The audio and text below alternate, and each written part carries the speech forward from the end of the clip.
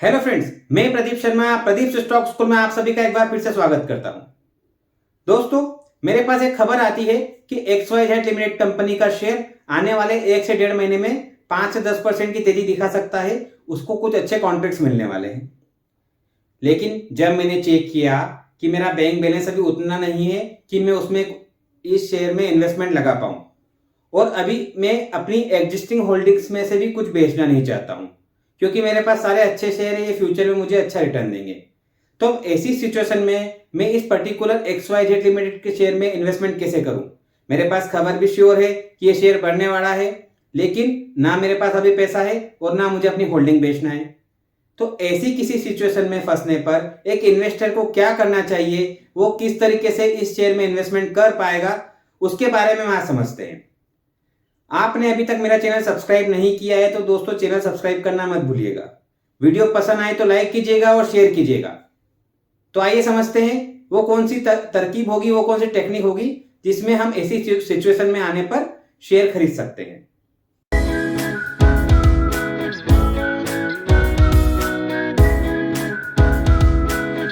अब दोस्तों, मेरे पास खबर है कि XYZ लिमिटेड का शेयर 1 से 1.5 महीने में 5 से 10% हो सकता है, 15% का रिटर्न भी दे दे। लेकिन जैसा मैंने बताया आपको कि मेरे पास उसके खरीदने के लिए प्रॉपर बैलेंस नहीं है, मेरे डीमेट में भी और मेरे बैंक बैलेंस भी मेरे पास नहीं है, और मैं अपनी एग्जिस्टिंग होल्डिंग भी बेचना नहीं चाहता हूँ। तो अब मैं ऐसा क्या करूँ कि मैं शेयर में इन्वेस्टमेंट कर पाऊँ और ये रिटर्न का फायदा मैं ले पाऊँ।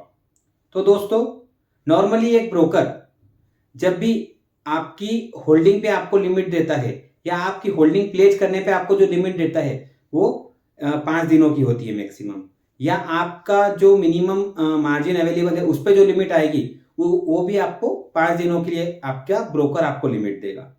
मतलब कि आपको 5 दिनों में पे करना रहता है। लेकिन अब मेरे पास जो खबर है वो ये है कि ये शेयर 1 से 1.5 महीने बढ़ेगा, तो मैं एक मिनिमम मार्जिन पे करके अगर लिमिट ले भी लूँ तो मुझे 5 दिन में वो सेल करना रहेगा, या मैं होल्डिंग प्लेज करके वो लिमिट ले लूँ तो भी मुझे मेरा डेबिट 5 दिन में क्लियर करना रहता है। अब ऐसे में मैं क्या करूं? ऐसा क्या मेरे ब्रोकर के पास कोई फैसिलिटी अवेलेबल है जिसने मैं शेयर आज खरीद के उसको पैसे 1 से 1.5 महीने बाद दे दूं? क्योंकि मेरे पास खबर जो है कि 1 से 1.5 महीने बाद मेरा शेयर में प्रॉफिट आएगा, मैं आज लेके उसको जब बेच के अपना डेबिट क्लियर कर लूंगा। तो बिल्कुल दोस्तों, ब्रोकर्स ऐसी फैसिलिटी अपने क्लाइंट्स को, अपने कस्टमर को देते हैं, वो होती है MTF, मतलब कि मार्जिन ट्रेडिंग फंडिंग। जी हाँ दोस्तों, आप आज खरीद के इस मार्जिन ट्रेडिंग फंडिंग के जरिए अपना डेबिट 90 दिनों में क्लियर कर सकते हैं। अगर आपके पास आज केवल मार्जिन भर का पैसा है, मतलब आपको जैसे शेयर खरीदना है 1 लाख के, उस पर्टिकुलर शेयर पे मार्जिन 20,000 रुपये लग रहा है 1 लाख की बाइंग करने के लिए, आप केवल 20,000 आपके लेजर में रखिए, डीमेट में रखिए और 1 लाख रुपए के शेयर खरीद लीजिए MTF में। अब MTF में खरीद लीजिए मतलब क्या? जब भी हम शेयर खरीदने जाते हैं तो हमें ऑर्डर लगाते वक्त पूछा जाता है कि आप डिलीवरी बेसिस पे खरीद रहे हो या इंट्राडे बेसिस पे। तो अगर डिलीवरी बेसिस पे खरीदते हैं तो हम ऑर्डर लगाते हैं CNC ऑर्डर या डिलीवरी ऑर्डर, और इंट्राडे बेसिस पे खरीदते हैं तो ऑर्डर लगाते हैं MIS या फिर इंट्राडे ऑर्डर। लेकिन जब भी मैं कोई शेयर MTF में खरीदने जा रहा हूं तो मुझे ऑर्डर भी वहां पे MTF लगाना पड़ेगा। MTF ऑर्डर लगाऊंगा तो मैं वो शेयर MTF में खरीदने के लिए आगे प्रोसेस कर दूंगा। अब कभी कभी क्या होता है, कुछ शेयर MTF में बाय नहीं कर सकते हैं, एज पर सेबी ने एक लिस्ट बना रखी है, वही शेयर MTF में बाय होंगे। तो अब MTF में मैंने बाय तो कर लिया, MTF में बाय करने के बाद की प्रोसेस क्या होगी कि आपको मार्केट बंद होने के बाद से अगले दिन सुबह की 12 बजे के पहले एक मैसेज आएगा। आपको ये मैसेज आएगा कि आपने MTF में जो शेयर बाय किए हैं वो उसको आपको प्लेज पे देना होंगे, उसके लिए आप उसको एक्सेप्ट कर लीजिए, OTP सबमिट कर दीजिए। क्योंकि दोस्तों, जब भी हम MTF में बाय करते हैं तो एक तरीके से हम अपने ब्रोकर से लोन ले रहे हैं उस पर्टिकुलर शेयर को प्लेज रख के। तो आप जब भी जिस दिन भी MTF में वो शेयर बाय करेंगे, आपके पास CDSL से मैसेज आएगा कि क्या आपने जो शेयर बाय किया है उसको आप ब्रोकर के साथ कोलेटरल रखने को लिए रेडी है, प्लेस करने के लिए रेडी हैं, तो आप उसको एक्सेप्ट करेंगे तो ही आपका वो प्रोडक्ट MTF में बाय होगा। नहीं तो कि वो T+2 डेज के बाद ऑटोमेटिक CNC में कन्वर्ट हो जाएगा और आपको 5 दिन में पैसा देना रहेगा, 5 दिन में पैसा नहीं दोगे तो शेयर कट जाएगा। तो ये ध्यान रखिएगा कि जिस दिन भी MTF में आप बाय करें, आपको OTP सबमिट करना ही है उस शेयर को प्लेज करने के लिए। अब ये तो बात हो गई कि MTF में कैसे बाय होगा। अब दूसरा, MTF में बाय करने के लिए क्या जरूरी है कि मैं अपना एक मिनिमम मार्जिन जो रिक्वायरमेंट होती है वो रखूं, या और किसी वे में भी मैं इसको बाय कर सकता हूं? तो दोस्तों, अगर आपको MTF में कोई भी शेयर बाय करना है तो आप दो तरीके से कर सकते हैं। जैसा कि एक तो मैंने बताया कि हर शेयर का एक मिनिमम मार्जिन लगता है बाय करने के लिए, वो शेयर टू शेयर वेरी करता है। हो सकता है किसी में 20% लग रहा है, किसी में 30%, किसी में 40%, तो मार्जिन आपको रखना होता है MTF के लिए भी। MTF में अगर आप मार्जिन देके शेयर बाय करना चाहते हो तो आप जो मार्जिन लग रहा है उतना पैसा अपने डीमेट में रख दो और वो शेयर आप खरीद लो। बाकी का जो डेबिट है, आपको MTF में 90 डेज के लिए समय मिलता है, आपका ब्रोकर 90 डेज के लिए समय देता है। आप 90 दिनों में वो पैसा दे दीजिए या फिर वो शेयर बेच दीजिए, आपका डेबिट क्लियर हो जाएगा।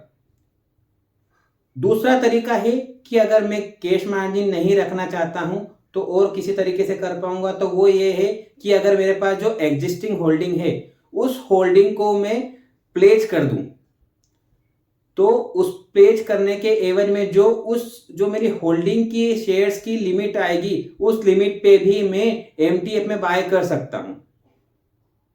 और मेरे हिसाब से सबसे बेस्ट तरीका यही है कि आपकी एग्जिस्टिंग होल्डिंग को प्लेज करके आप MTF में बाय कर लेंगे तो आपको आज एक भी रुपया देना नहीं पड़ेगा। आप उस होल्डिंग के बेस पर ही अपना शेयर मार्जिन पर, अपने होल्डिंग के शेयर मार्जिन पर रख के एक नया शेयर MTF में खरीद पाएंगे, जिसकी डेबिट आपको 90 डेज में क्लियर करनी है।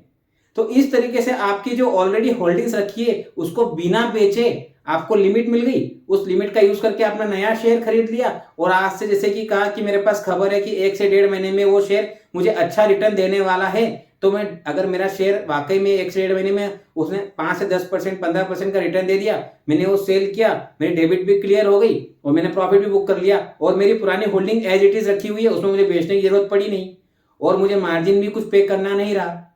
तो इस तरीके से आप MTF का यूज करके 90 दिनों की डेबिट पे शेयर खरीद सकते हो। ये आपका ब्रोकर आपको सुविधा अवेलेबल कराएगा।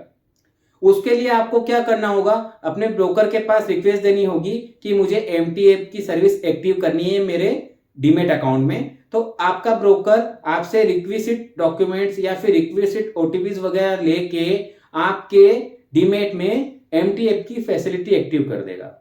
मैंने आपको अभी थोड़ी देर पहले यह कहा है कि हर एक शेयर पे MTF की फैसिलिटी नहीं मिलती और ये सेबी के नियम के अनुसार ही आपको कौन से शेयर पे MTF की फैसिलिटी मिलेगी वो अलग अलग हो सकती है।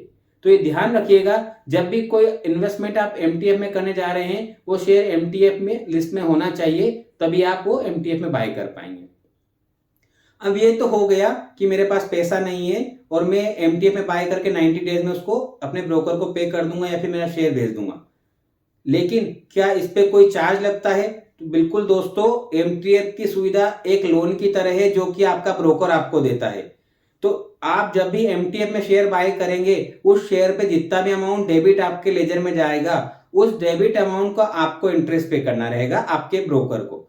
अब ये इंटरेस्ट आप जो एक यूनिफॉर्म बेसिस पे 18% एनुअल के हिसाब से लगता है और ये ब्रोकर टू ब्रोकर वेरी भी हो सकता है, ये आपके ब्रोकर पर डिपेंड करता है कि वो इंटरेस्ट कितना लग रहा है, लेकिन एक 18% एक स्टैंडर्ड इंटरेस्ट रेट है जो कि एनुअल बेसिस पे लगता है। अगर आपने 1 महीने के लिए डेबिट रखी है तो आपको वो 18% 1 महीने का ही एनुअल बेसिस पे कैलकुलेट करके आपका ब्रोकर आपके लेजर में डेबिट कर देगा।